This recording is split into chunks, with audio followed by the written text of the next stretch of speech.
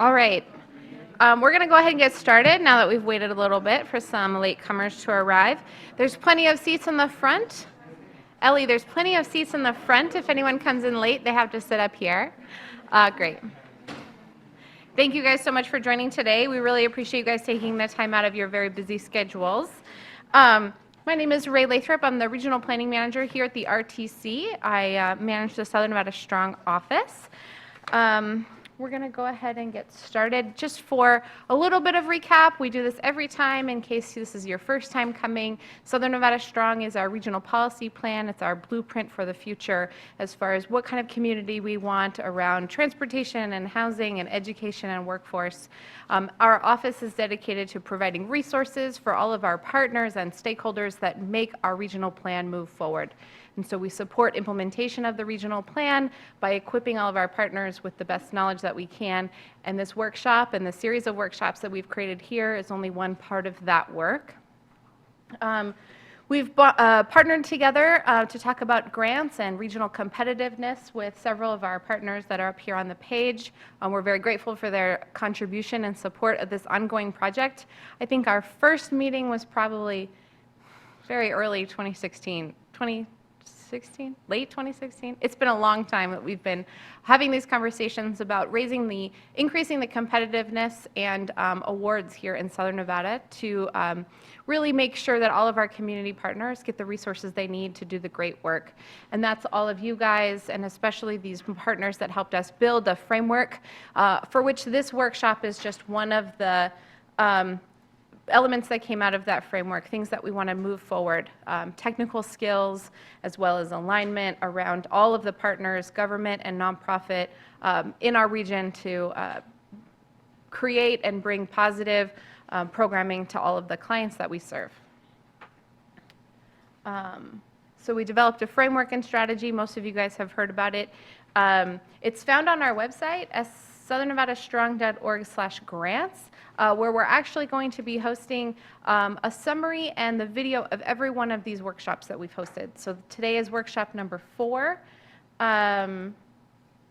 and we're excited to bring you some new programming. Each one of the themes have been on a slightly different focus and a different subject.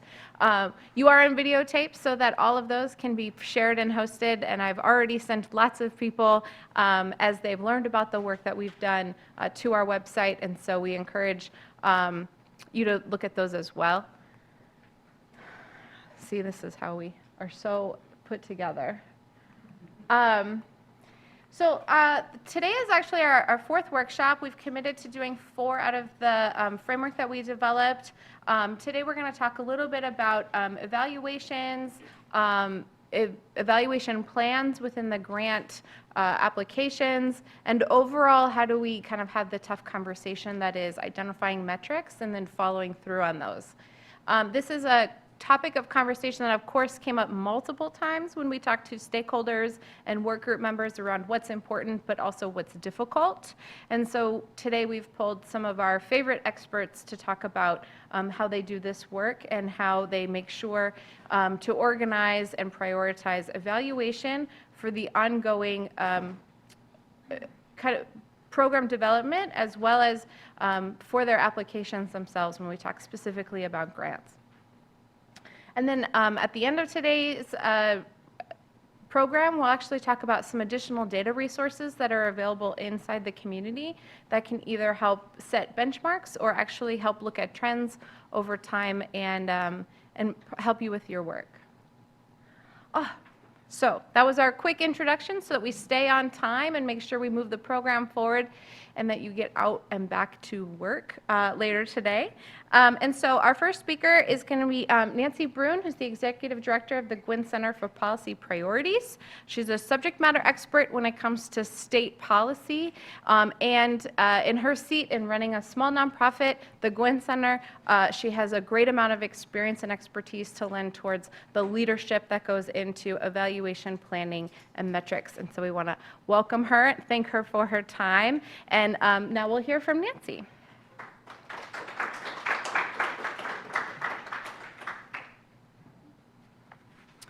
Thank you, Ray, for organizing this very important conversation. And I think it is an important conversation because what I've found in my work, where I used to work with nonprofits as part of the program delivery team, but also now in my role at the Gwynn Center, where we are providing technical assistance and support to nonprofits in Nevada, is that too often our nonprofits think about evaluation when it's almost too late. And so you run the risk of losing time and not being in a good position to take advantage of the grant opportunities that come your way. So I cannot emphasize the importance of starting the evaluation work sooner rather than later. And not only is it, a lot of times evaluations are part of the grant, but there are opportunities to engage in more informal evaluation along the way so that when you do prepare to submit a grant application, you've already got the data and the feedback and the information to submit a very strong evaluation. So let me begin by saying that there are several types of evaluation, and in the back of the room there is a handout that summarizes nicely the different types. I'm just going to highlight or quickly identify the four primary types of evaluation. And again, some of them can be more informal, low cost than other types across the spectrum. So the first one is a formative evaluation, and that is usually undertaken at the very beginning of a process or a conversation to ensure that a program or activity is feasible for the organization. So you can imagine that maybe an existing nonprofit may want to consider going after a new source of grant funding that may require the expansion or big launch of a new program. You may want to undergo a formative evaluation to ensure that the program makes sense, that the organization has the skills and competencies and capacity to actually execute that type of program. And this sort of evaluation can be very informal. You can imagine gathering all the team members in a conference room and figuring out, hey, does this new programming or type of program make sense for our organization? Do we have the capacity? Is there buy-in from our board or for the community? So in the range of evaluations, that is a more informal evaluation that should be done at the very beginning of the process. Then the next type of evaluation is a process or implementation evaluation. And this is whereby or in which an organization evaluates a program that they've already launched to ensure that they have implemented it with fidelity and that it's working the way that it was intended. So here an organization might ask or use a set of why questions to figure out whether the program is being implemented with fidelity. What has the program done? When did the program activities take place? What perhaps are the unexpected challenges that we're confronting as we're trying to implement the program? By way of an example, I will share that I sit on the board of Goodwill Industries. And just last month, we have implemented a mobile career counselor. So instead of asking folks to come to the Goodwill job sites, we actually have a mobile career counselor that is going out to different sites to talk with clients to help them prepare resumes. I'm envisioning that in a couple of months, we will sit down to evaluate whether the places that the mobile career counselor is going to are actually effective, that we're actually seeing people. We'll probably evaluate if in fact we're finding that we're not seeing very many people. You can imagine the internal team asking, well, what hours are we going out? Maybe we need to think about when we've got this mobile van going out to folks to try to engage with them. So those are some of the questions that an organization might look at when they're doing a process or implementation evaluation. The third type of evaluation is an outcome or effectiveness evaluation. And this is where an organization measures the program effects in a target population by assessing the organization's progress on outcome objectives. So to give you an example, many organizations, the two that I know of most well, are the Goodwill Board and JAG, Nevada, which is Jobs for America's Graduates. We've actually put together internal dashboards so that every month the internal team with the board oftentimes is looking at what's happening, how is our program being implemented, what are the metrics, and they compare actual versus anticipated over the year.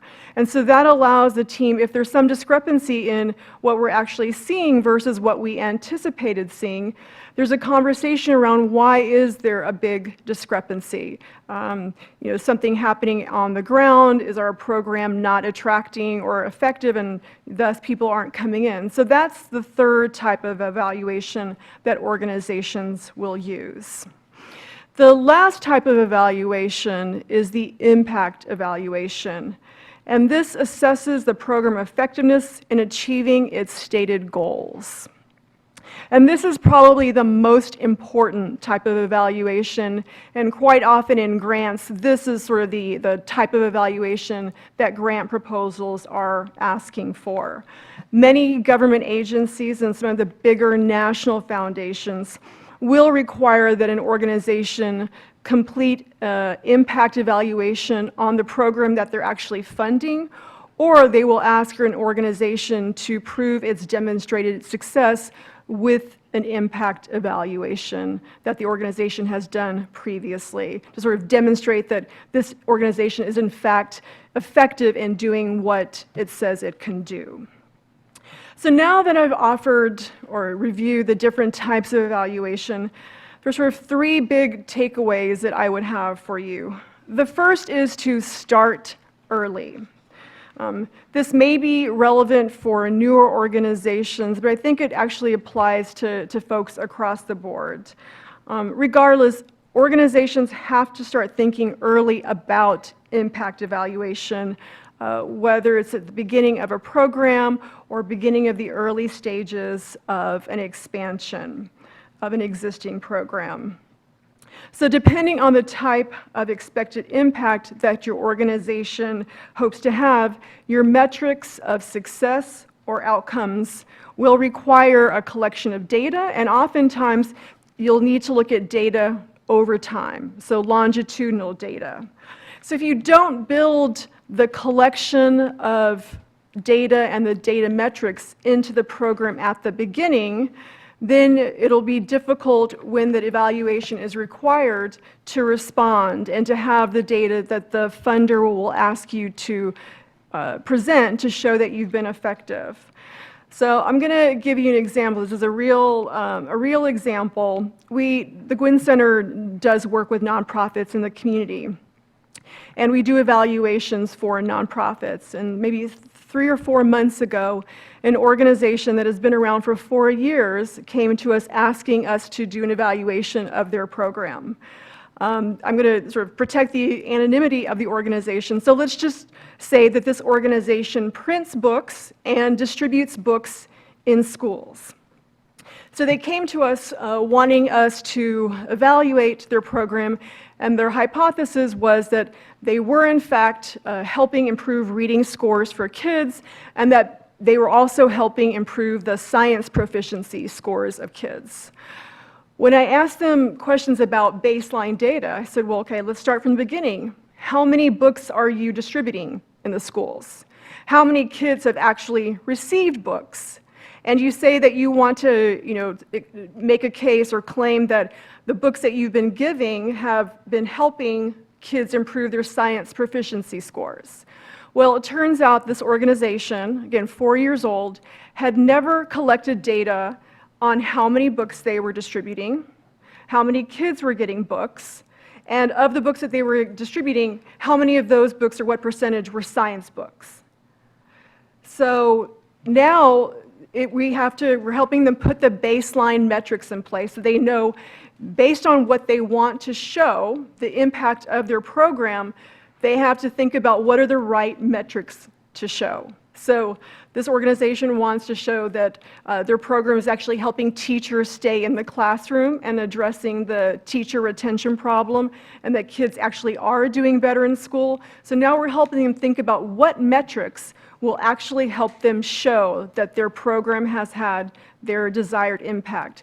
But as a result, this goes back to my first point, that if you don't think about this at the beginning, you lose time. So to show that impact, they're going to need to collect 1 or 2 years of data to actually make a strong causal argument that their data is having the impact. So again, starting early is critical. The second point is to be clear about what you're evaluating. So I gave you one example of this nonprofit and what it was trying, the impact that it wanted to show that its program was having. Another nonprofit recently came to us and said, we're trying to show that it was a gang intervention program. They wanted to show that their impact was also helping kids in the classroom and improving literacy or proficiency scores. Well, when I asked this nonprofit, great, but in your gang intervention program, do you actually have a reading program or literacy intervention? And they didn't. So you have to be really careful about the metrics and be clear about what impact you think your program has or what you're trying to demonstrate to funders and other organizations. The third and final point is that everyone has to be involved in the process. Oftentimes, we don't think about, or an organization doesn't think about evaluation until we're applying for a grant. And a lot of times the burden will then fall on the grant writer to figure out, well, what are our metrics? What are the performance outcomes? What are we measuring? And so when you start a program or think about evaluation, it's important that everybody be involved in the process. So if I go back to the first nonprofit I mentioned, they are now working with teachers. Now that they've identified the metrics that they have to use to eventually demonstrate their impact, they are working with the teachers and the finance people and the grant writer to ensure that everybody understands the importance of collecting data in a very rigorous way, the importance of monitoring the data over time, and then hopefully with all of that information collected, the grant writer has a much easier time speaking to and demonstrating the impact of the program. I'm almost out of time, but just one last point. For a lot of the nonprofits, when they start thinking about a more formal impact evaluation, one question you'll have to consider is whether to do an internal evaluation or an external evaluation. I think historically here in Nevada, we have a history of relying on internal evaluations whereby an organization dedicates staff time to figure out whether their program is having an impact. I will say that even though it's more expensive, the external evaluation is viewed as much more rigorous and independent. And interestingly, in the past, we've allowed, for example, with state money, we've allowed the school districts to conduct their own evaluation to say, yes, this reading program is working, give us more funding.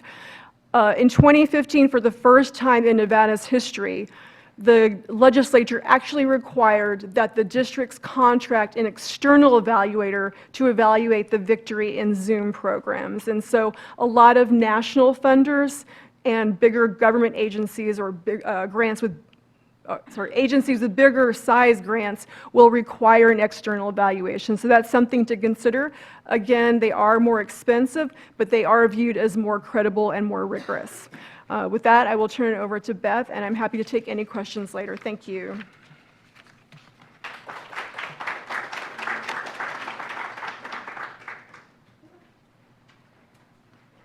Hello, everyone. I can introduce myself. I'm Beth Rubens. I am currently a grant writer with the Clark County School District. I have been a grant writer and nonprofit program manager. Well, I've been exclusively in the grant writing field now for about a decade, and I've been in the nonprofit field for about 15 years, so I will tell you I know of what I speak. So I'm going to talk a little bit about writing an evaluation plan into your grants, but more importantly, how you structure evaluation into program development as an activity in your organization, because it shouldn't just be writing the plan, it should be coming out of a culture of we assess and evaluate what's going on in our programs in order to encourage funders to invest in us. So when you are thinking about developing an evaluation plan for grants, hopefully this should be something that happens well in advance of, again, just putting together the proposal, but you need to be thinking about several things. What does your organization define as success for itself overall as an organization, and what does your organization define as success for your program? So if you think about a logic model, in the very end box when you're talking about your ultimate outcomes, what are those things? What do you want to achieve with your program if it's ultimately successful? And then what's the relationship between what you're going to do in your programs and how you get to that success? So what's the interrelationship between what you do and what you get out of that as a result? What's important to evaluate for your program, and why have you selected these measures? The reality is, in a lot of nonprofit organizations, we do what we can with the resources that we have. So you can't always do the ideal double-blind longitudinal study of your population, but given the resources that you have, what can you accomplish? And an important thing to note, as Nancy was just mentioning, that external third-party evaluations are held in pretty high regard by most funders. If you can write in evaluation to your funders, please do, because as a community, we need to be doing more of that. So why do organizations conduct evaluations? We do it to do 6 things. We want to figure out if whether what we originally proposed was actually achieved. So did we do what we say we were going to do?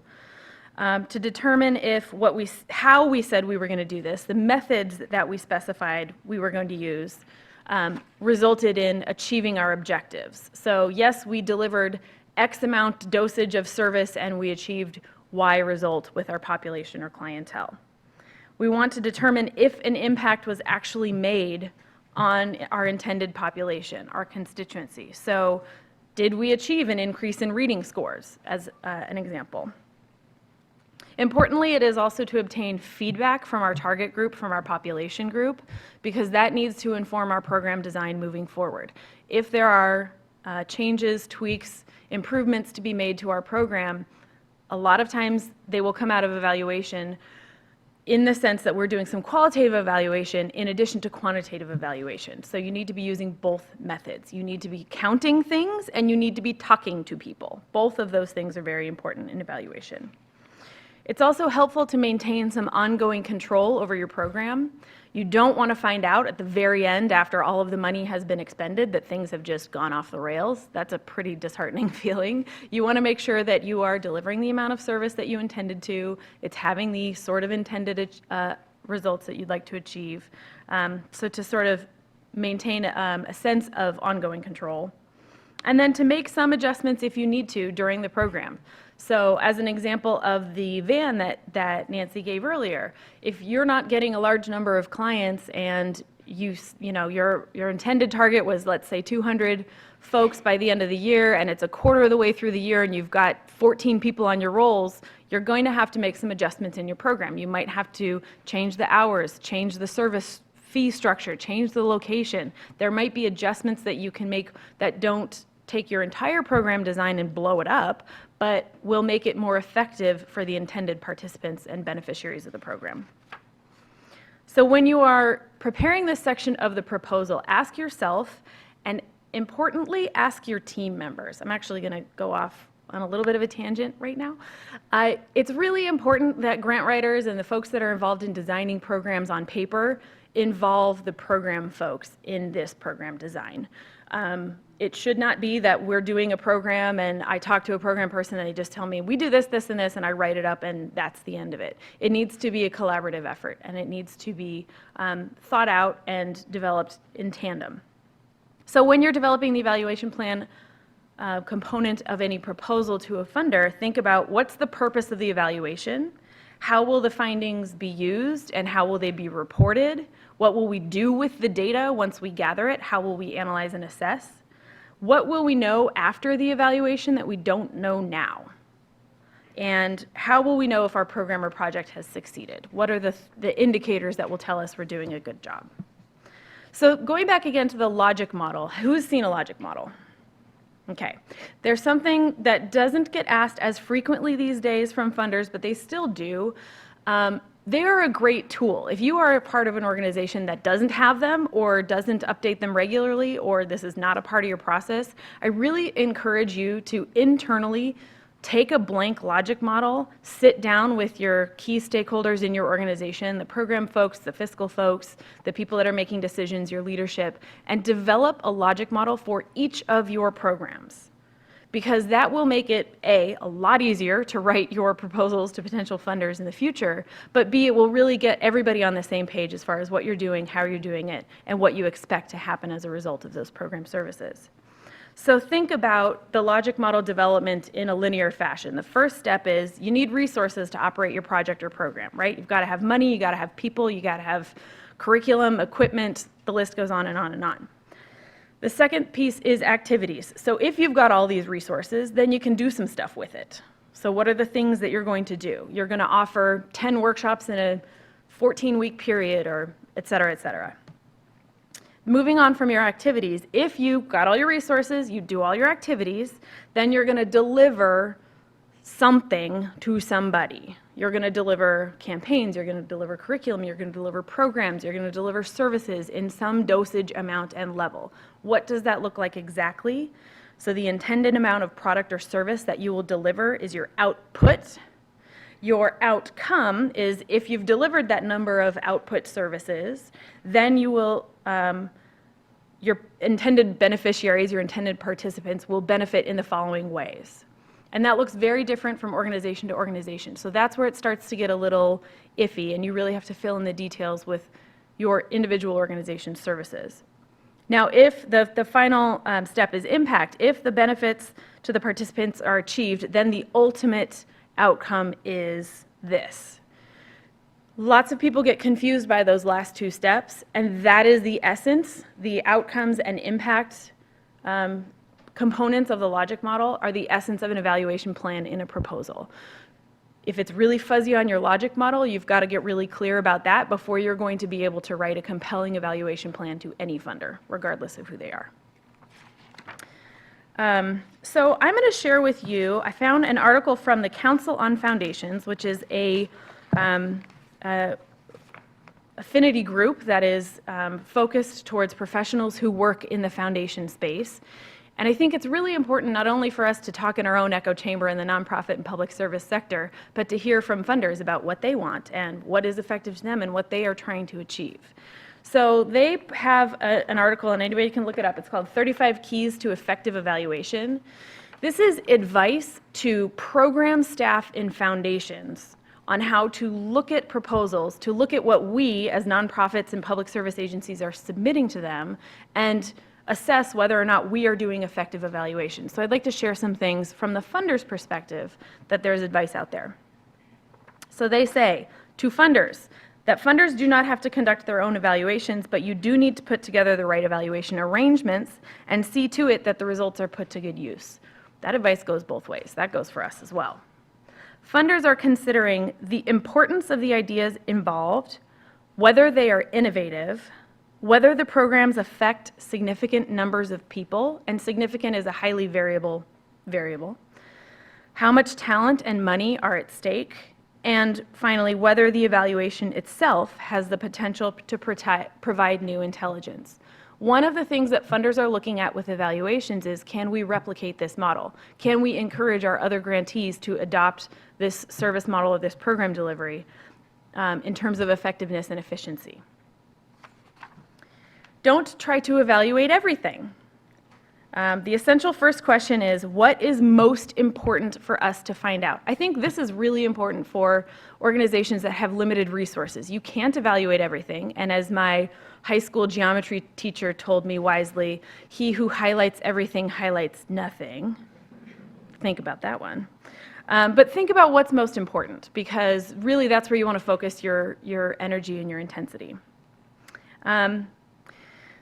If you can, if you have the capacity, see that your evaluations take a longer view over time. A cycle of interaction between programs and their evaluations can be set up. Program planning, program experience, evaluation, learning, and then back to program planning in a cycle. In an ideal world, that's how we would set this stuff up. Respect previous work. A good evaluation is built upon what is already known, so don't throw the baby out with the bathwater when you're considering evaluation for your organization. Combine quantitative and qualitative evaluation, get some numbers and some personal documentary accounts. Squeeze everything you can out of an evaluation. I like this as advice for funders. Compare, contrast, break down, and look at the impact of variables in several ways. And finally, mediocre evaluations lead to mediocre programs in the future. So we'll take some, we're going to do a panel discussion next, I believe. So we're going to, oh, Tara's going to come up. Okay. Tara, do you want to introduce yourself? Okay.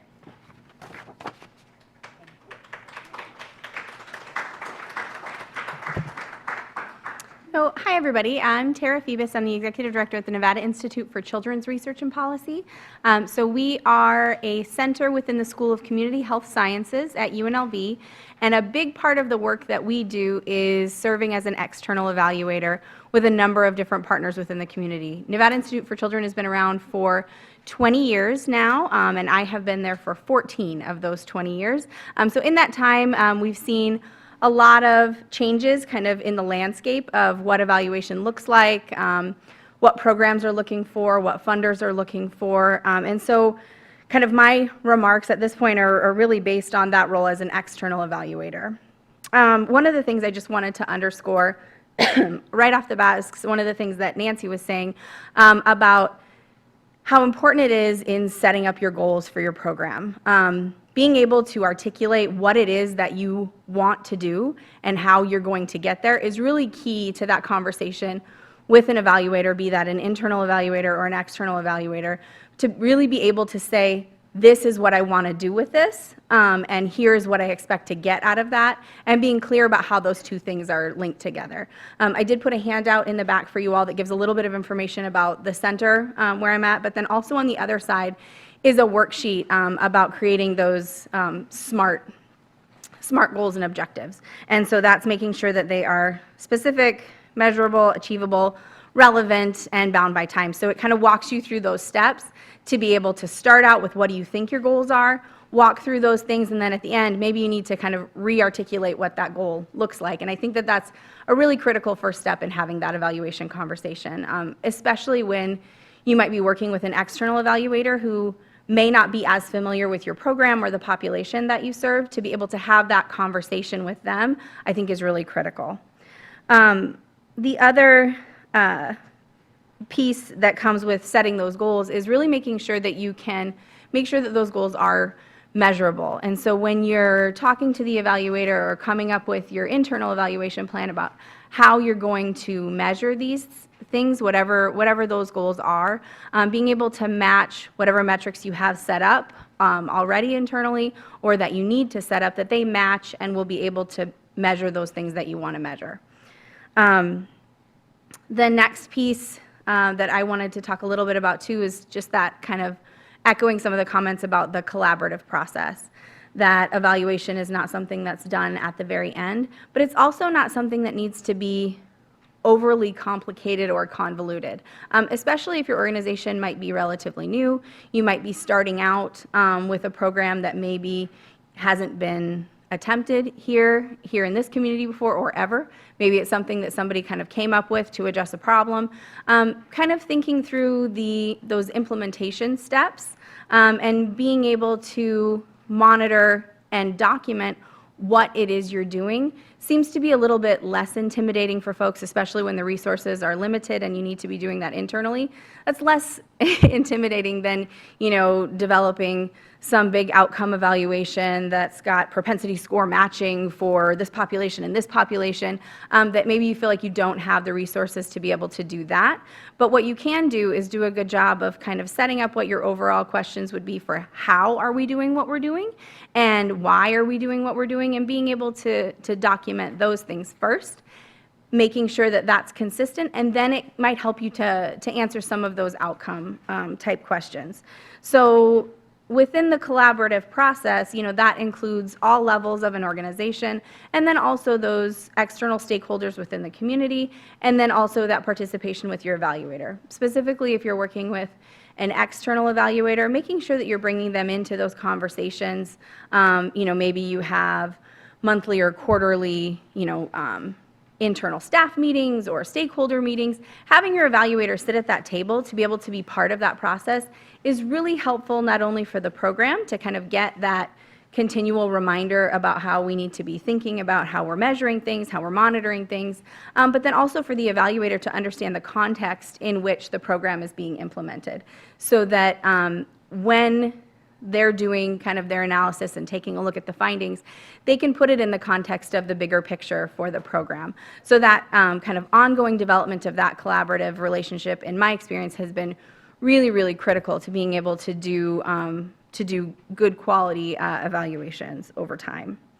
The other thing that is really important, and I think was kind of touched on earlier too, was that an evaluation is not something that you do one time, that, okay, well, we're going to collect some surveys, or we're going to monitor some outcomes over a year, and we're going to measure it, and then we're going to report it out, and then we're done. But it's really an ongoing process.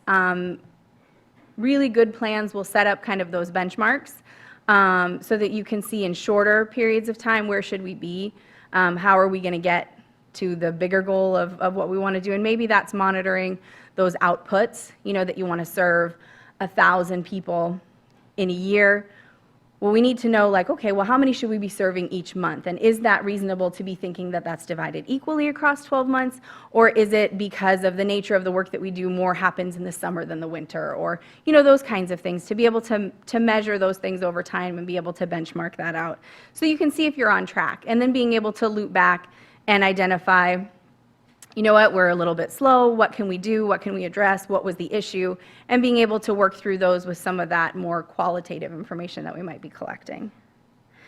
The other thing that I wanted to mention that I don't think was talked about was, we've kind of talked a little bit about setting up these evaluations for existing programs, new programs, the importance of data collection, the importance of that to funders, and being able to monitor and measure the outcomes and the impact of programs. But also, it goes with those evidence-based programs as well. So just because you've selected an evidence-based program, and I know there's been a lot of discussion around the importance for evidence-based programs, federal governments are really pushing evidence-based programs or evidence-informed programs, and the importance of using those, restricting funding to only being eligible for those programs that have that level of evidence behind them. So those are programs that have had rigorous evaluations done. They have demonstrated that they have positive impacts for the population that they're serving, but those still need evaluation too. You still have to make sure that you're monitoring your program, that you're implementing it with fidelity, that you're doing all of the things that you're supposed to do to get the thing at the end that you're supposed to get. So I wanted to mention that. And then the last piece, something that a lot of times people don't think about, is just budgeting for evaluation. Whether that's an internal evaluator or an external evaluator, still a portion of your budget needs to be devoted to that time and energy to be able to focus on that. A good rule of thumb for external evaluation is really about 10 to 15% of your overall program budget would be about what you would want to set aside for an evaluation. Now that's kind of an average. There are things that can influence that to bump that number up a little higher or a little lower, kind of depending on what you're looking at. Some of those might be availability of existing data, internal data tracking systems, number of program implementation sites. This is something that's done across multiple states, and so there's costs associated with collecting information that way. Or sometimes in those budgets, you can build in the need for capacity building within an organization. So you hire an external evaluator to help train staff that are internal to the organization for how to collect information, report on information that's relative to the evaluation. So with that, I will stop, and I think we'll open it up for questions for everyone. Awesome. Thank you so much. So as we were planning this event, we kind of figured that today's discussion, very meaty and very heavy, really we wanted to have a good dialogue with the whole group. And that's been kind of a fruitful space from our previous workshops. But also like not really having a great activity in this space sometimes is kind of difficult to identify. So I'm actually going to invite all of our experts to come and sit up here, and we just want to have a discussion, and we actually have a good amount of time to kind of dive into some questions that you may have when getting into the evaluation process, when writing an application, or anything pertinent along the spectrum of that. So I'll give you a little bit of time to think through some questions. I have a few prepared because I knew this was coming. So we talked a little bit about, and most of you guys hit on a little bit, on how aligning your entire internal team is very important in an evaluation process. And I think Nancy, you even said kind of creating that culture of evaluation, making sure that everybody knows, maybe Beth, making sure that everybody knows that it's everyone's responsibility. So from each of your seats, where do you think the best place is to start to that? And maybe for this audience, how do you think that a grant writer can really influence that inside an organization? And have microphones so that everything can be captured on the video. Okay, so speaking from the grant writer's perspective, I think one of the best times to do that is at a program refresh point. So the beginning of the fiscal year, beginning of the program year, as you're going into a new cycle and you're in that planning stage, where whatever that looks like for your organization, I think is the best time of year. And really, it's just about pulling a group of people together. It's about identifying who those folks are in your organization, getting them into a room, and talking about it. That's why I suggested using a logic model as an exercise for sort of doing this work internal to an organization, is that gives you a focal point. This is our activity. This is what we're working on. We're producing one of these. And once that's done once, you don't have to do the entire project again. You just have to refresh it every year. Unless you bring on a brand new program, in which case you should be doing that. One of the things I show when I teach grant writing classes to my students is in a logic model, you plan backwards and you implement forwards, but the evaluation bar is at the entire bottom of it. So it should be part of every stage of your program development. But for my money, I think the best time to do that is when you're at a brand new start of the program year or something like that. Awesome. Maybe you have anything to add? I would add that part of that, the idea of creating a culture of evaluation, I think that feedback loop is really critical, and sharing the findings and the information that's collected at all points during the evaluation back with all of the stakeholders within the organization and within the community, especially those folks that you're asking to collect the information or those that you're collecting information from, to be able to share that back so that everybody sees how it is used and that it's not just another thing that you have to do, another box that you have to check, but there really is that investment, because I can see how my entry of this information matters for the overall program, and I can see what that looks like. So I would say that that's another kind of critical piece of creating that culture. Awesome. So I think that initially it's probably, especially if you haven't been doing this and it's not part of the culture, it really has to come from the leadership, because they have to make sure everybody understands why it's so important to collect the data and to actually really articulate what the group thinks is the expected outcome of the program. And then I think once there is a process and sort of a regular review process in place, just from my experience, it feels as though a natural place, of course it's going to vary across organization, is likely with the program director, if there's a single one, or also the development director. And even if one owns it, it's really important that there's close collaboration, because it is the development person who, even if they're not writing a grant, may be asked at a gathering like this, hey, what's going on? What are you guys doing? What's your impact? And so that person who's out there trying to talk about the impact of the program needs to have data points or talking points to say, oh yeah, we just, increased our the kids that we're working with increase their proficiency by 20% in our Title I schools. And so having that close collaboration, I think, with the program and the development would be a priority if I was sort of thinking about resources and management or organization. Awesome. Perfect. Anyone have any questions? Think through anything? I've got another one. Oh, yeah. Yeah, we're going to try and see if this works as a microphone. Okay. Hi, my name is Trisha, and I am the program manager for our youth horticulture education program at Cooperative Extension. One thing that I'm looking at is tapping into common measures currently used by the 4-H program. And if you want to compare apples to apples, that's a youth development program. With youth horticulture, it's youth development. And so their common measures are lengthy, very lengthy. And I'd like to pick and choose what would be relevant for youth horticulture and add my own questions, if you will. How is that effective when I'm telling the story for youth horticulture and why we deserve money?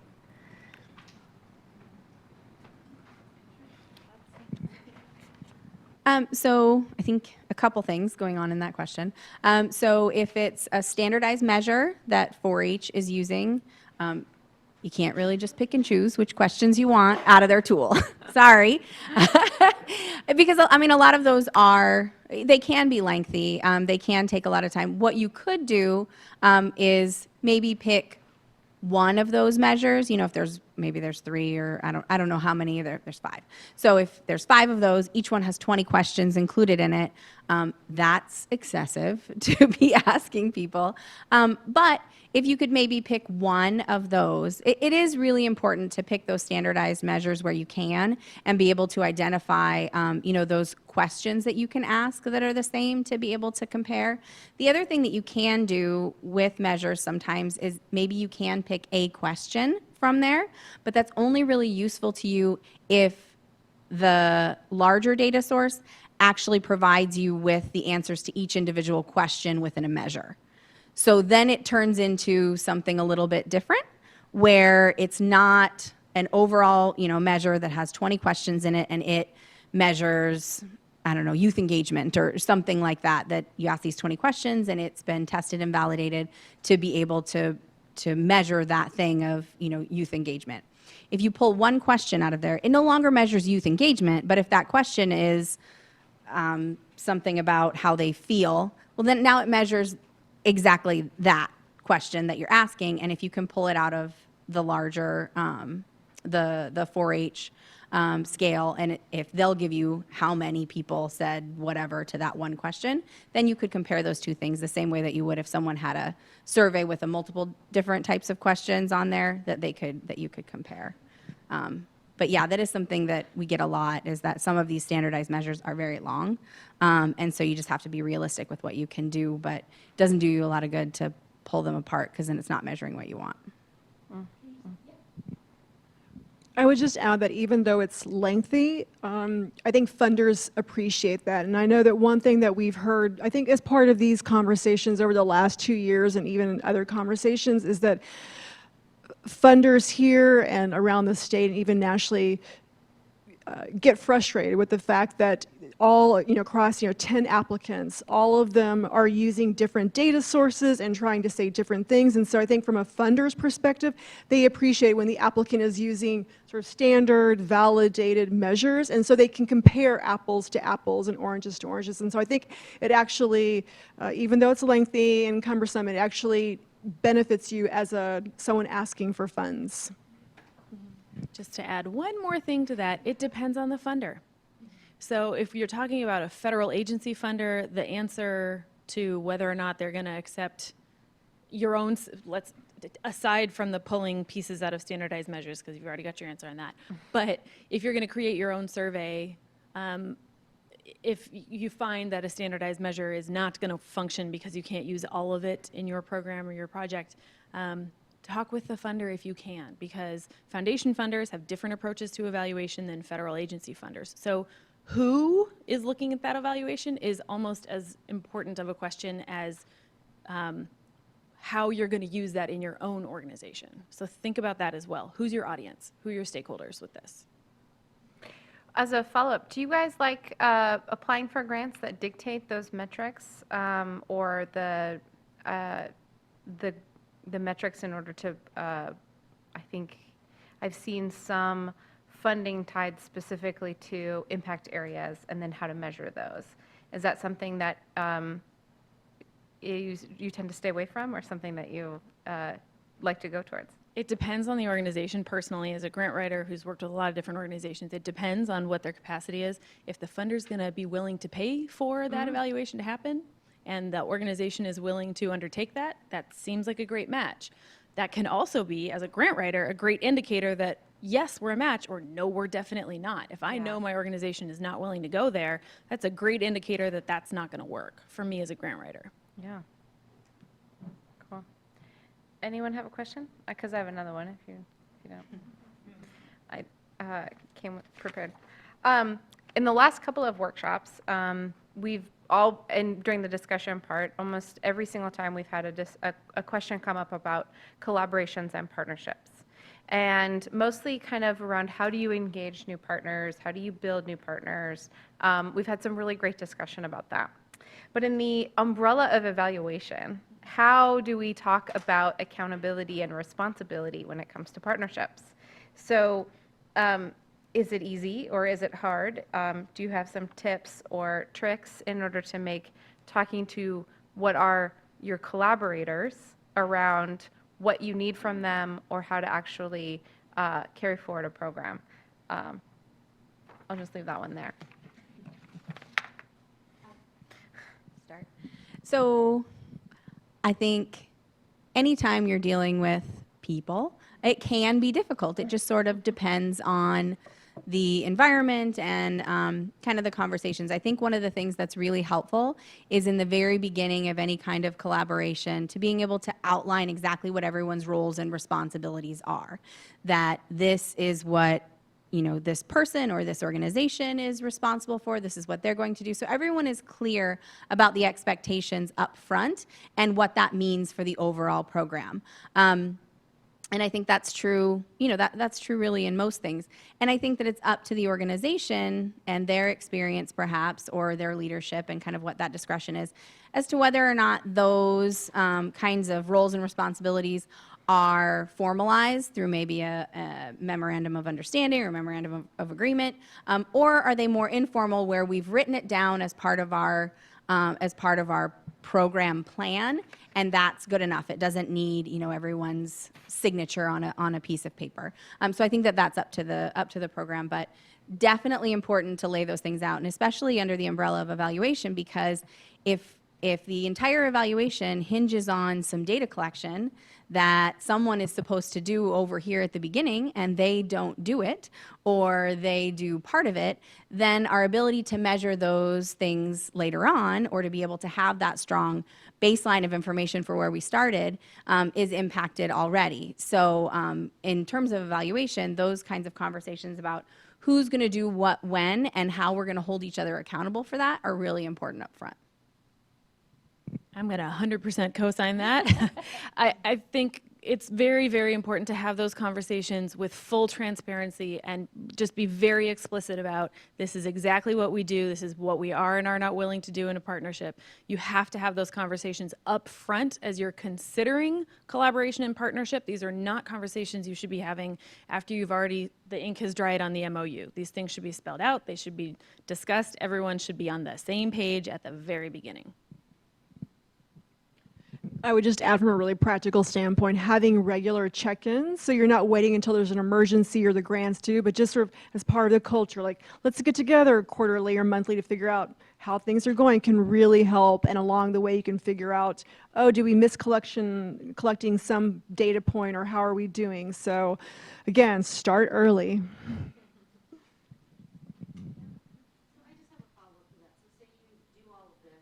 But then you start your partnership and it doesn't pan out. So what do you do then? Like if you're the main, I've been in that situation. And man, it's not fun. Hopefully you are in the place where you have a legal agreement in place. I do not recommend that any organizations, this is going from dating to marriage, really like formally get legally involved unless something like that is in place. And once something like that is in place, if the unfortunate circumstance happens that the other partner or your organization is not complying, then you have that legal agreement to fall back on. And hopefully you don't have to enforce the protections in those measures, but that's why they exist. And that's why it's far more advisable for two organizations that are going to partner to any real extent on program implementation have those things in place. It's really important.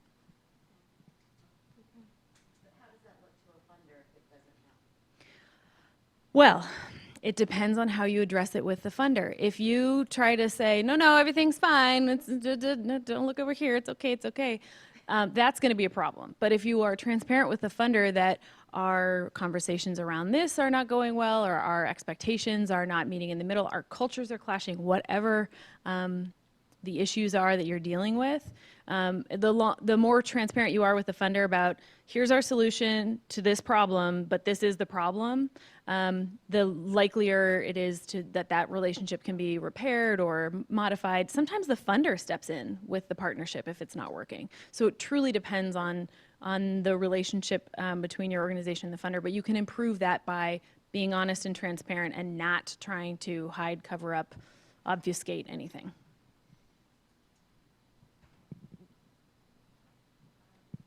I'll turn off my microphone.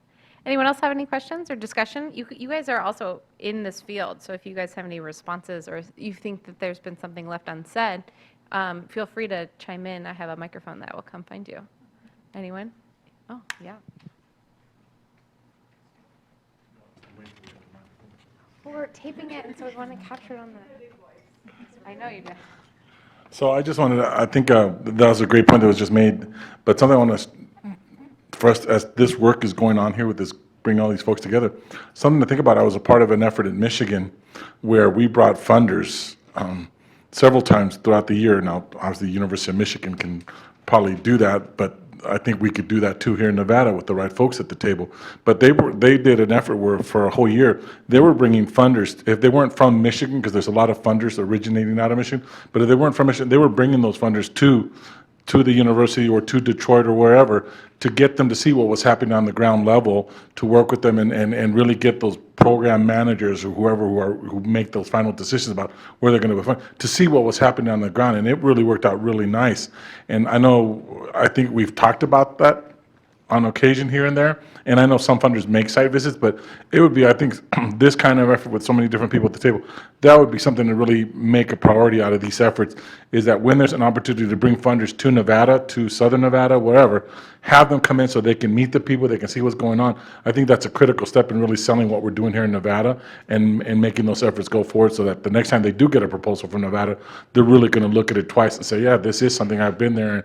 And so I think that's something that I hope is something that comes out of this effort.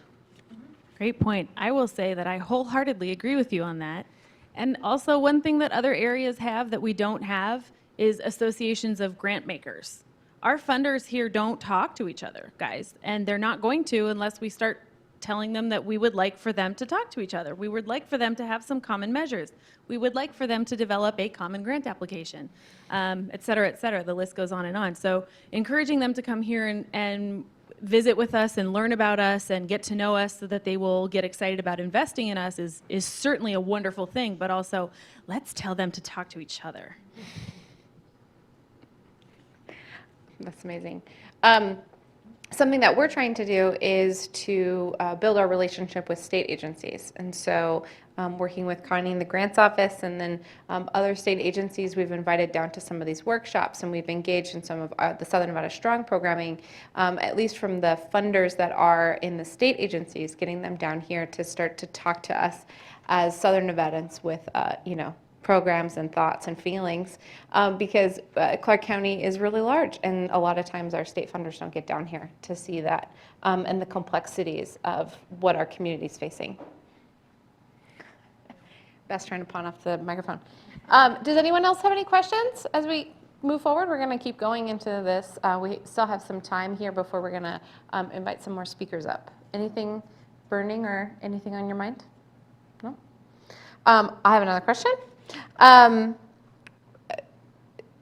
in our last workshop, we talked about building a really competitive narrative, and we actually heard from someone who sat on a federal review panel, and that was very informative around what that experience is like, but also some of the quick tips that she had seen sitting in that seat.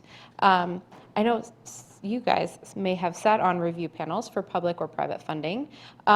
What exactly do you look for in an evaluation plan? We talked a little bit about this in the list that you brought, Beth, but how exactly do you approach reading that?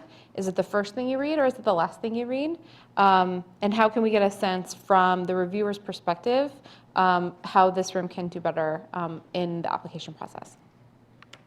So since I have the mic, I'll say my little bit briefly. I have served as a federal reviewer at the local and state foundation level. And yes, I look at evaluation plans. First thing I look at is the budget in a grant review. But it really depends on who I am reviewing that application on behalf of, because they will have a rubric, they will have a list of demonstrated capacities that they want to see in a proposal. And so I'm reading for those things first and foremost. But then on my second or third or fourth or 12th reading, I'm looking for how well thought out the evaluation plan is in relation to the organization, their size, their capacity, how likely it is to produce good information, and whether or not they've really thought about this or they've just thrown it together for the grant application. And that's sort of an intangible. You don't necessarily, you get it through experience, you know it when you see it. And the thing I always talk when I'm teaching grant writing classes is reviewers are not stupid. They know this stuff. They may not necessarily know the subject matter area as well as you do if you're talking about youth development or environment or whatever the issue is, but they will certainly understand if you're parroting back the question or if you're not able to fully answer it. That comes through crystal clear on the reviewer's end of things. So as a reviewer, I think I'm always looking for, does this make sense? Does this fit in? And is this going to get good results based on the intention of the organization and what they're really trying to assess? Those are the things I ask myself. I've sat on small review panels, not federal ones, but I've had a lot of applications reviewed and reviewed our own comments. And so I can share with you the ones that we score the highest on with the evaluation is when it's very clear how the evaluation relates to the program itself, and that it's realistic. That we're not saying that for $5 we're going to survey, 1,500 people in person with hour-long interviews. That it's a realistic link between the amount of work that's going in for what we expect to get out of it at the end. And I think that goes to the collaborative piece really at the kind of initial phases of putting together an application, that it's not that you meet internally and talk about your program and come up with this great idea for how you're going to do things, and then 3 days before the grant is due, you call up somebody and say, hey, we need an evaluator for this. We put something together. You can do that for like $5,000, right? Okay, thanks, bye.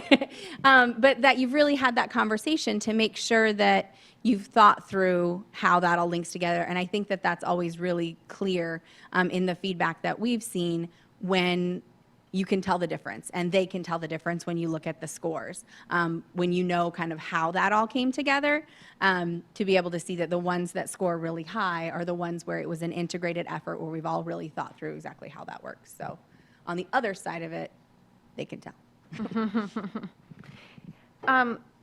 Nancy, from your experience with working and providing technical assistance to some nonprofits, and they're in a variety and diverse fields, right? So one might be in education, and others might be in some other human services. Where do you go to find out what metrics are best to prove the point or the programs that they're trying to serve? So even if you're not a subject matter expert in that space, or maybe you do self-select nonprofits that are serving in your subject matter, how do you find out if the outputs connect to the outcomes that a nonprofit's trying to search for? Well, I think a good place to start is to look at other evaluations or published evaluations or research studies. because you'll get a good sense. A lot of them will describe the evaluation tool used, and so you have a better sense of, okay, if we think our program has this impact, these are some of the standard metrics that you could use to actually measure and assess that desired impact of the program. I think talking to funders and reviewing other grant applications is also really helpful. And then also looking at just sort of data indicators. A lot of times, depending on the program, if you see that Clark County or the health district or other data collecting institutions have some indicators, a nice easy way to start is to look for things that already exist. I know the nonprofit that I mentioned earlier, they've been previously submitting grants successfully, looking at how successful these types of programs have been in other parts of the state or the country. And so now they're at a stage where they need to demonstrate their own program's impact, but they have been pulling measures or referencing measures that other nonprofits have used to demonstrate their impact. So I guess the short answer is there's a lot of information out there. You don't have to reinvent the wheel. So don't be intimidated and just get started. And that's where, again, collecting your team and thinking about what your program is doing, what you can collect easily. I mean, again, it goes back to Beth's point that you have to think about your capacity and resources. Maybe ultimately you would like to be able to sit down with every single family for a 5-hour interview and go back every week or month to see if their eating habits have changed, if you're trying to, if your program's focused on healthy outcomes or behavioral change. That may not be possible. So again, that's why it's really important to have a conversation with your staff to figure out, given our budget and resource constraints, what does seem feasible and realistic. Any additions to that answer? Any places that you go, if you're looking at a new program, where's your go-to spot for resources around where that program has existed before or where metrics or funders in that space have been? Any resources like that your go-to? Does that not exist? I'm asking a wrong question. Well, it depends on the field. So for Yeah. human services, the Stanford Social Innovation Review is a great place to start. We got a warning. Clearinghouse, and there are federal resources if you dig into the CFDA, which is now something else. I don't know, what are they calling it these days, Connie? Okay, it's a new name. It's not the CFDA, it's something else now. And then there may be things tied to your field on a national level. So look at national nonprofits that are in your field or national organizations that are doing work in your field. They often, and those foundation funders as well, they often have the resources to be trolling and publishing that information more regularly. So it might be easier to latch onto that stuff if you're on those networks and newsletters and all those things. Awesome, thanks. I have a question. So if your organization is issuing an RFP and then you need to get reviewers to look at the applications and score them and provide feedback, do you think it's more useful to have individual reviewers or a group panel, and why? If it's more efficient to review the applications individually and then collect all the scores, or have panels and then group discussions and then collect the scores?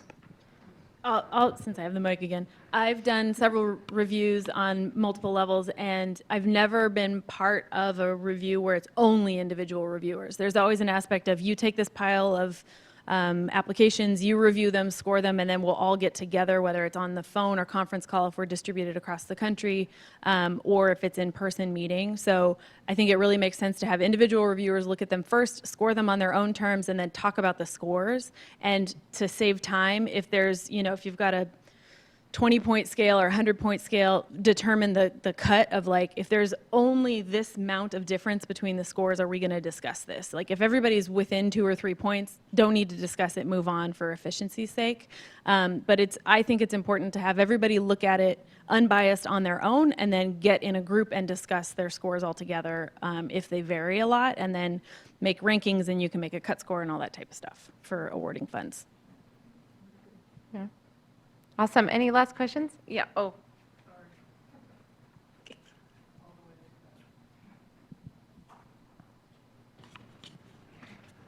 I was just wondering if you could talk a little bit about where to find external evaluators and the pros and cons of working with evaluators from maybe within the University of Nevada system as opposed to an expert from out of state at another university or another pool of researchers.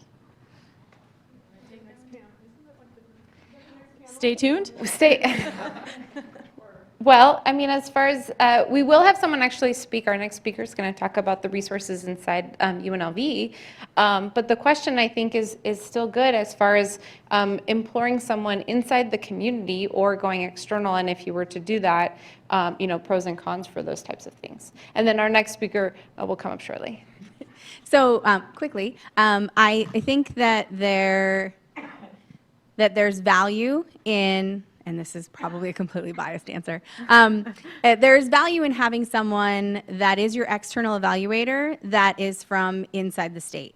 There's those intangible things, in terms of the political climate, history within the field for what's happened, what's been tried, what's been done, how relationships are building, that someone from the outside doesn't always have, and so they're starting a little bit at a disadvantage. An example of that is we work with the Nevada Early Childhood Advisory Council. They've been embarking on this very long-term strategic planning effort. They have engaged in an external contracting agency that's out of Boston. A lot of great work in this area, really know a lot about early childhood education. Took a little while to get up to speed with what that looks like in Nevada specifically.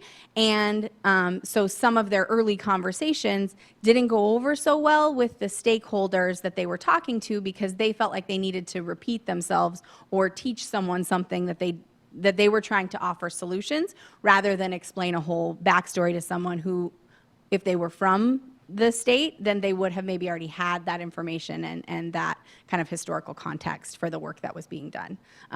So that's my plug for in-state versus out-of-state, but I don't know if you guys have other thoughts. No bias, no preference. Okay, well, we want to thank you guys very much. Please, you guys are amazing experts and knowledgeable inside your field, and so we want to thank you very much for taking the time to participate here. And I hope it's okay if we share your information in case someone has additional questions. Excellent resources here right inside of our community, and I very much encourage anyone to reach out to these individuals with questions or follow-ups because they're usually my go-tos when I have questions too. So thank you guys.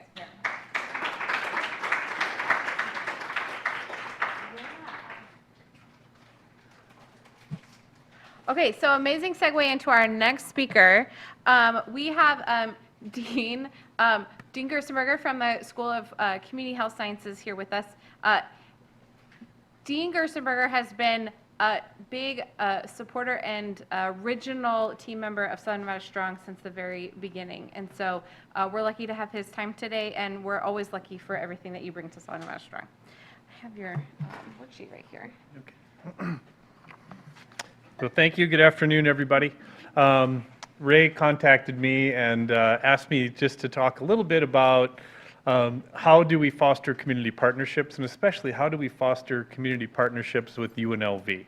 If you've gone on the website and you click on UNLV, you get into this labyrinth of people and places and emails and phone calls and help desks and transfers. And so it can be kind of a daunting thing to try and figure out who do I want to work with. So I have a handout for you that has a little bit of a resource guide, kind of insider tips. How do you find somebody at UNLV who is going to work with you? And so the first part that I always think about when we discuss partnerships is the best partnerships and the ones that are long-lasting and meaningful are those where all parties benefit. And so you have to go into all partnerships thinking like that. I've left a lot of meetings going, boy, I really got the better end of that one. And hopefully the other person left thinking the exact same thing. When that happens, you know you're in the right partnership in the right place. What did they get out of it, and what do you get out of it, and how together can you do better than you could do alone? So I've been fortunate enough to work at UNLV for 21 years. I've been funded continuously that entire time since I have started to the present day. And I've learned a few things about grants along the way that kind of is a little segue from what we just talked about to where we want to go with partnerships. So the first thing that I learned about grants is I've never received one that I didn't submit, right? You have to be able to write the doggone thing and send it in and be willing to put in the time and effort, right? Great wisdom there, right? So second is, when you receive something that says it was not funded, that by no means does not equal no, it just means not now. That you have to be willing to go back and put your tail between your legs, figure out what I did wrong, and improve that proposal to send it forward. So I never get a no, I get a not now. And so that's the way I always look at those, and I keep swinging at them. Wrote one grant 6 times before I got it funded to HUD. And so I think everyone either died or was funded before I got it, but either way, I will take that. I did get the grant funded. So the third thing is to piggyback a lot of this evaluation and assessment. If you don't measure it, it didn't happen. Okay, the funding agencies aren't here in your communities watching you and what you do every day. And you may be working and you may be progressing and doing the world's greatest things, but if you can't measure it and demonstrate that to them and communicate it to them effectively, they don't know that. It's absolutely critical to communicate that back and have an evaluation and assessment plan. Okay, I always say that's not a diet, it's a lifestyle change, right? It's a permanent thing that you have to do ongoing forever. And last, and one of the most important things that took me 21 years to figure out, is that grants that I write with other people get funded a lot more frequently than ones I write alone. Okay, and that's the idea of partnerships. Many of the funding agencies now require that you, as the principal investigator, work with other people, whether that's a relationship that shows through a letter of support, that's okay, but if you're in there as equal partners in that, working together to solve a problem, it's going to be looked at and it's going to be evaluated much higher and much more efficiently, because they figure, well, we can have one person working on it or we can have 5 people working on it, which is probably going to do a better job. And so everyone tries to be the Lone Ranger and you want to get that grant by yourself, but often working with those partners is key. So how do you break through and find someone at the university to work with? So the university has realized this, and over the last year and a half, we've actually developed, it's the first point on here, a newly established Office of Community Engagement. The director's name is Sue DeBella, and her entire role is to connect people from outside the university to people inside the university in a meaningful way. And they do that through several different avenues. One is through this council that we have, the Community Engagement Council. So actually what happens is we have all of our communicators and all of our evaluators and community assessment people on a council that meets on a regular basis, and we invite in partners that we work with to talk about how we can collaborate and how we can engage in a meaningful way. You can book those through Sue's office and come in. That gets out to all of the colleges and departments in the universities, and then we can communicate that to the appropriate faculty, staff, research centers, whoever is there.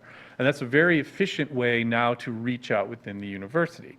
Still a big place, still sometimes that can be a dead end, but it's a great starting point. Okay, partnerships, in my opinion, are always about people, right? You don't want to work with UNLV, you want to work with someone at UNLV that has expertise in X. I want to work with Tara Phoebus, who has expertise in evaluation. So I need to build a relationship with her, and I need to trust her explicitly. And so that I know if I'm going to assign her to an evaluation, that it's going to get done and it's going to get done right. Tara's so good at that, she actually does the evaluation on several of my grants still to this day that are ongoing right now, because she's awesome at that. There's my blatant plug for Tara, so check, right? And in full disclosure, we're all in the same shop. So, but that's really an important thing for us to do. So you can go through that Community Engagement Council. We have an Office of Community Engagement. So similarly to that, we've developed this kind of match.com for research at UNLV. And if you don't know about it, the link is on here. It's called UNLV Research Match. Okay, you get a date with a researcher, so to speak. And so you can go on, and this is compiled through our annual evaluations that all of our faculty and staff submit. So we take their expertise areas, their publications, their grants, and it's a searchable database. And I can type in child welfare, I can type in nutrition, or I can type in housing, or whatever it is, and names of individuals within the university that publish in that area, or work in that area, or have grants in that area, or give seminars in that area, will pop up, and their contact information will be there for you. That's a great starting point. So you know that you're getting to the right department, the right unit, the right place, and it's someone that's an active researcher in that area. So it's this kind of matchmaking thing that's on. How many of you actually knew about that? Right? Two people in the entire room, and they both work in the same shop that I do. Okay, and so there's an unfortunate thing. So really utilize that to try and reach out and find those partnerships and individuals. Okay, so one of, I think, the other things that we have that's a tremendous asset is we have lots of centers and institutes at UNLV that most people don't know much about either. So there's a directory of centers and institutes.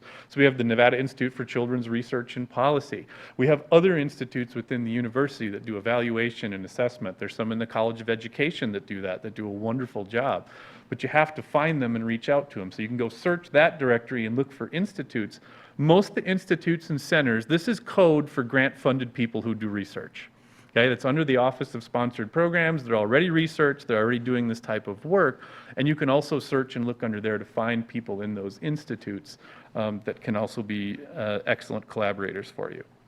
Most of our units also have a person assigned to do community engagement, community outreach, community partnerships.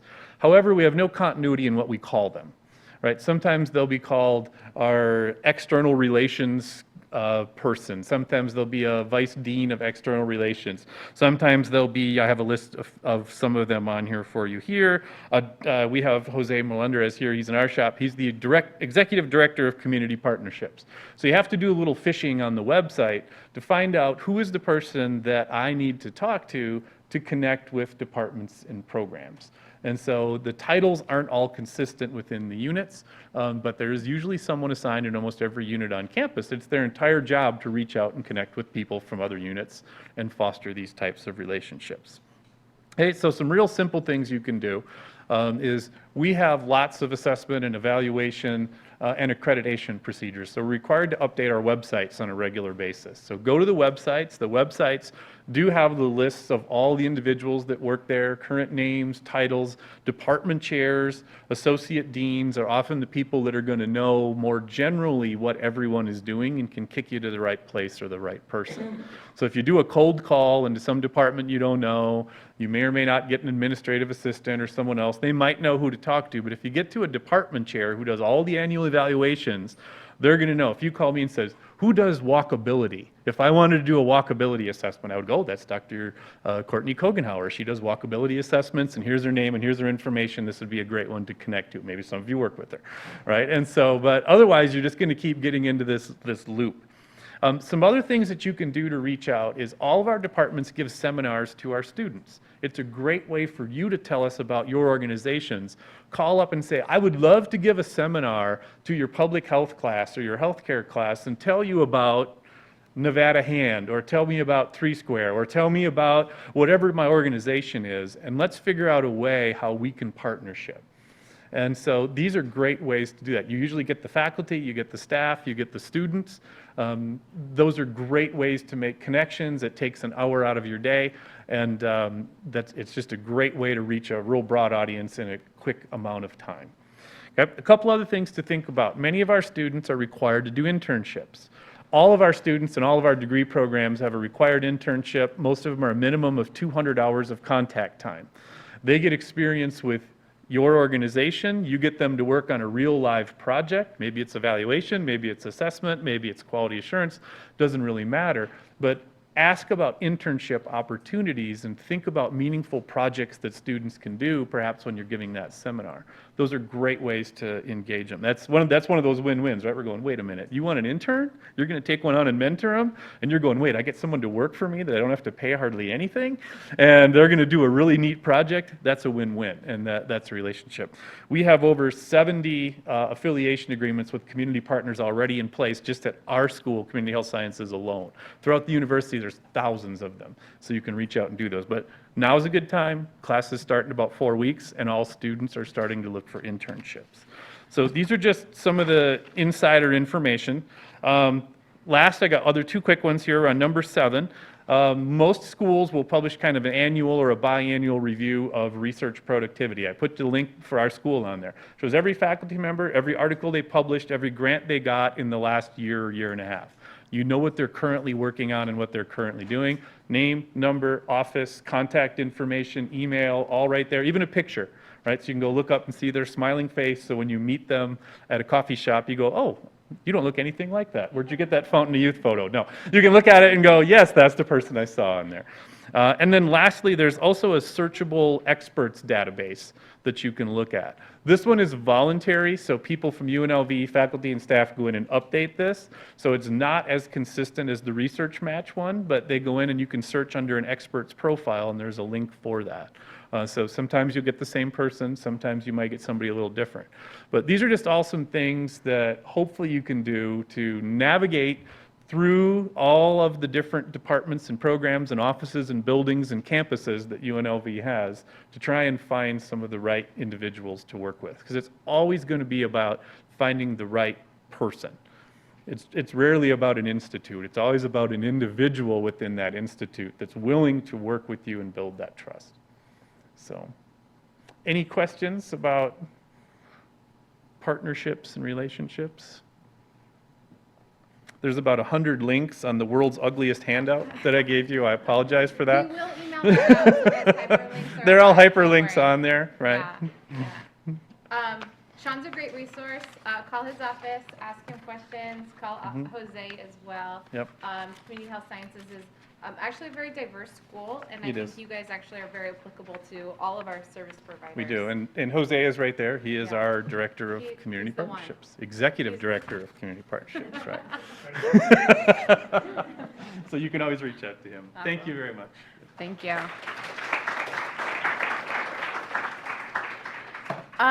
A lot of times we host these workshops and we end with, and Southern Nevada Strong is going to be a resource for you too. We wanted to kind of establish that and share a little bit of the resources that our team has developed over the last few years, as well as everything else that you can find within Southern Nevada Strong. And so I'm going to bring up our team member, Daniel here. Is our senior regional planner, and he's going to go through a few resources that we have so that you know that we actually have something to back up some of our words. I think this will work. Cool, thank you. Well, thank you, Ray. Good afternoon, everybody. My name is Daniel Fazekas. If you go back to the last screen real fast. Oh, yeah, thank you. That I is have a picture. different, this is not the same jacket. And just it's taken a only couple outfit years that you ago. wear. I wear other clothes. Thank you. I do want to, I'm really excited today to talk to you about a mapping tool that we've created, SNS has created over in the last year or so. It's a type of mapping tool that helps organizations, agencies, nonprofits identify groups down to the neighborhood level. It took about a year to develop. It's live right now, and I'm sure we're going to share it with you later. But it's a project that has been developed over the last year, and I can provide more information about it. So first, a little bit of background. As you, I'm sure, all aware, Southern Nevada Strong, one of the kind of the unfunded mandates from Southern Nevada Strong grant when it was under the city of Henderson was making sure that we're getting public engagement, public feedback from all communities, especially marginalized communities, communities of color, communities that have historically not been talked to. That was one of the big things that HUD, EPA, and the Department of Transportation really pushed the City of Henderson to do. And they did that. So over 3 years, 70,000 touches when it came to engagement, making sure that we were in the communities that had not been talked before, and it was award-winning. And that took about 3 years to do, obviously, and fast forward to about a year ago, the SNS Steering Committee wanted to capture that, kind of a baseline. So SNS did such a good job, how can we create kind of a toolkit to make sure all organizations are doing the exact same thing? Latest and greatest, obviously, because engagement activities and how we talk to the community is always changing. So making sure we have a toolkit of the latest and greatest tools of engagement, talking to community and getting feedback back from the community. So SNS Steering Committee provided that direction, and staff created a work group of jurisdiction staff as well as nonprofit organizations throughout the region. and we developed a list of deliverables, some like templates and how-to, a spectrum of different community engagement activities that we're still drafting and hopefully will be live in the next couple of months.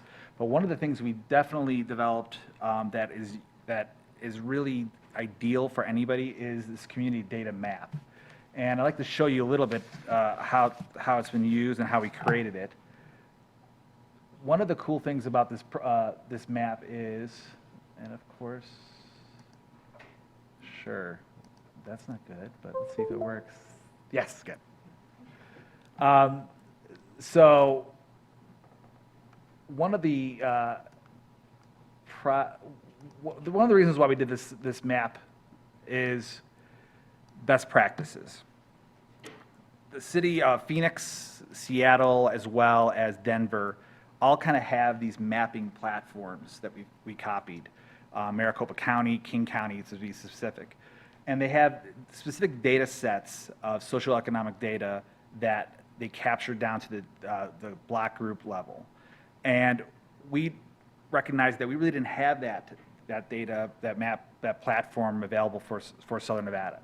So using an existing platform that we have for Seeing Orange campaign that RTC has, I'm sure you've seen the commercials, we actually have a platform that's very similar to this that identifies where projects are.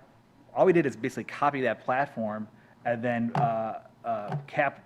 collect U.S. Census data, specifically data sets for the American Community Survey, ACS, and then make sure it's layered down to the block group level. So, and we capture a lot of different data sets. We have population, language, income. I can show you specifically some data sets in language. So here's a percentage of LEP. This data gets down to the block group, so if you want to capture something, I can get closer. You can close in on a specific block group, and each block group will have the percentage of LEP. The Geo Id code is just basically the block group code. Total population, the area of the actual specific block group, and the median household income. So any area that you're interested in or you're identifying for a specific community outreach event, you can go into that area and click into that specific neighborhood and get that information. We recognized early that this data is not just for community engagement. It could be, could be used for grants.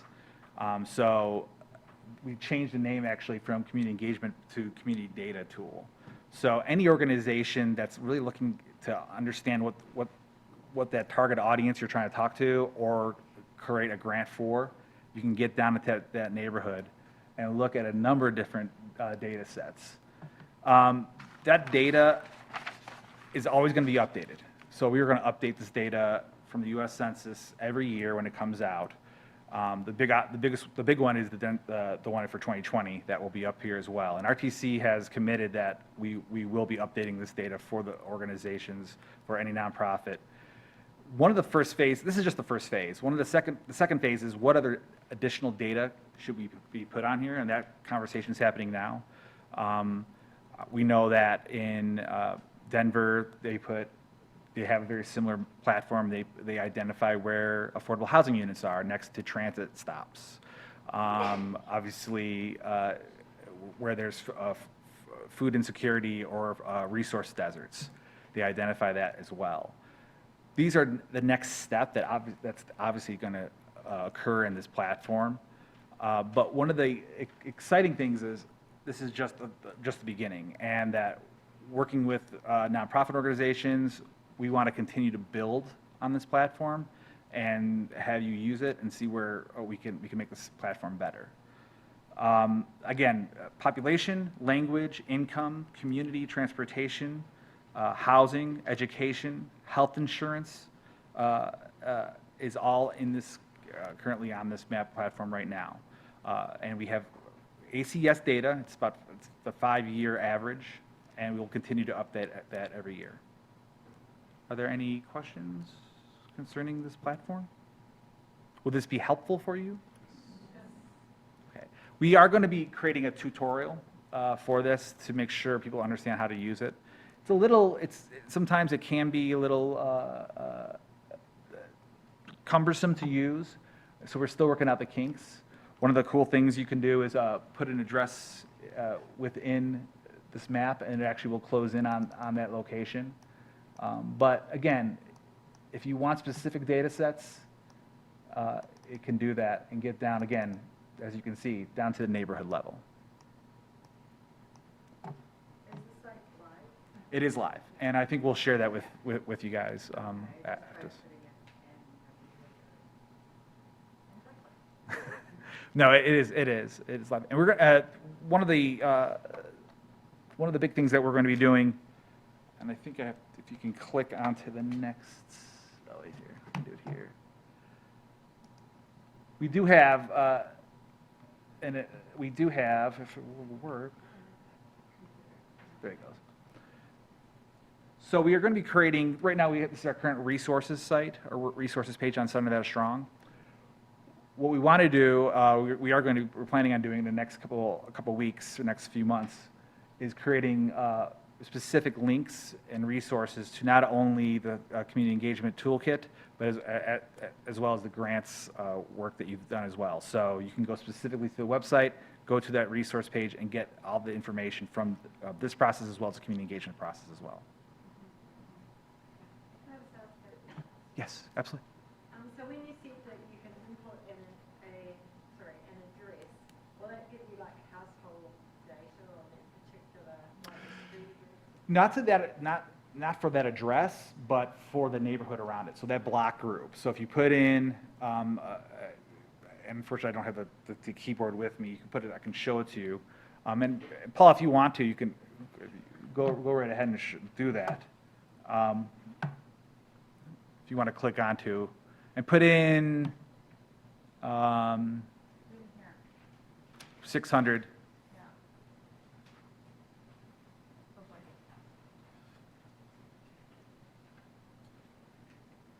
This annoying kind of disclaimer comes up always.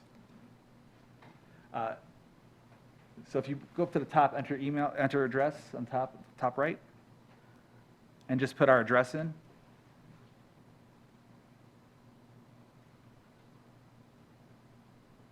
And pretty much all addresses will work with S.Nevada as long as it's in the database, the network. It closes in right on that location. So again, and if you want to put data sets, if you want.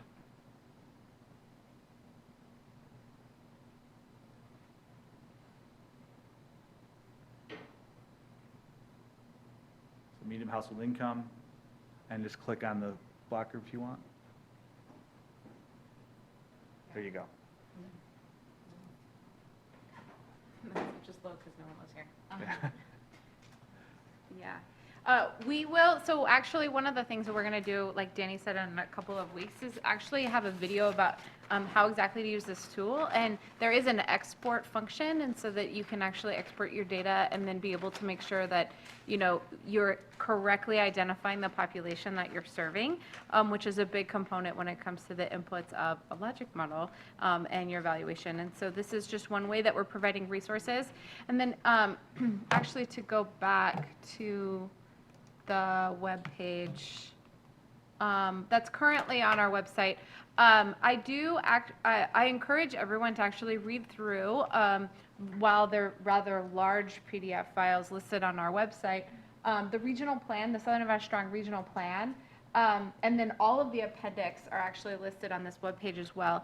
It's a tremendous amount of information, but you can consider that it took our community 3 years to write basically what is our goal and vision for the next 20 years as a community. So the amount of research and community needs assessment that went into Southern Nevada Strong, for us is a resource you know, that we work in every day, and we can easily help connect you to different parts of the plan and different researches and surveys that were done between 2012 and 2015. that would probably highlight a lot of the need that you guys are trying to solve for. And so in order to kind of best capture why you do the work that you do and why your program is best suited to address that need, we do think that Southern Nevada Strong can provide a tremendous amount of resource to you as far as your narrative and your background. And so we do know our partners, especially the local jurisdictions, use Southern Nevada Strong to justify their programs and also describe the community and its current state as kind of a baseline. And we want to make sure that you guys know that you're absolutely available to do that, at any time. And if you want help navigating through the literally thousands of pages on here, we would be happy to do that. So, more resources for you in your everyday. All right? Great. Well, I think that's actually it for our program. You're the best. Thanks. We want to thank you guys so much for coming today, and actually for some of you have come now 4 times to see us and enjoy your afternoon in this room.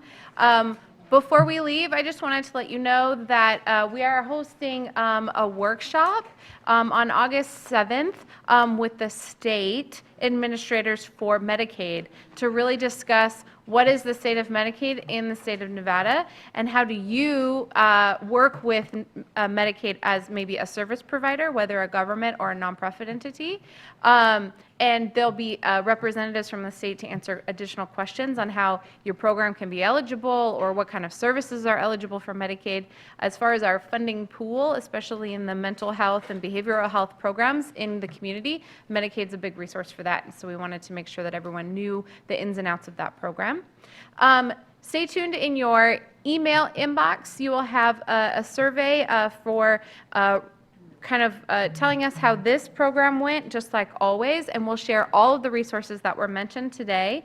And then in addition, in the coming weeks, we will send a survey out to everyone that attended any one of our 4 workshops to give us feedback on the process overall and let us know if you've changed any of your habits or behaviors or prioritization within the grants field. And then also make sure to respond to that because we'll ask you about some issue areas for the future for us to consider building more programming around. I think in the future, our goal is to bring funders, public agencies, maybe private foundations to discuss specific issue areas in our community. And so we want to have big conversations around community issues and needs and aligning all of the vertical within that space, which is kind of the second priority that came out of the grants framework that we published last year. And so, again, I want to thank you very much for your time and for your participation in all of our workshops. And we are just so thrilled that you'd stay here. Grab a cookie, grab a water on your way out. Stay hydrated. Thanks so much.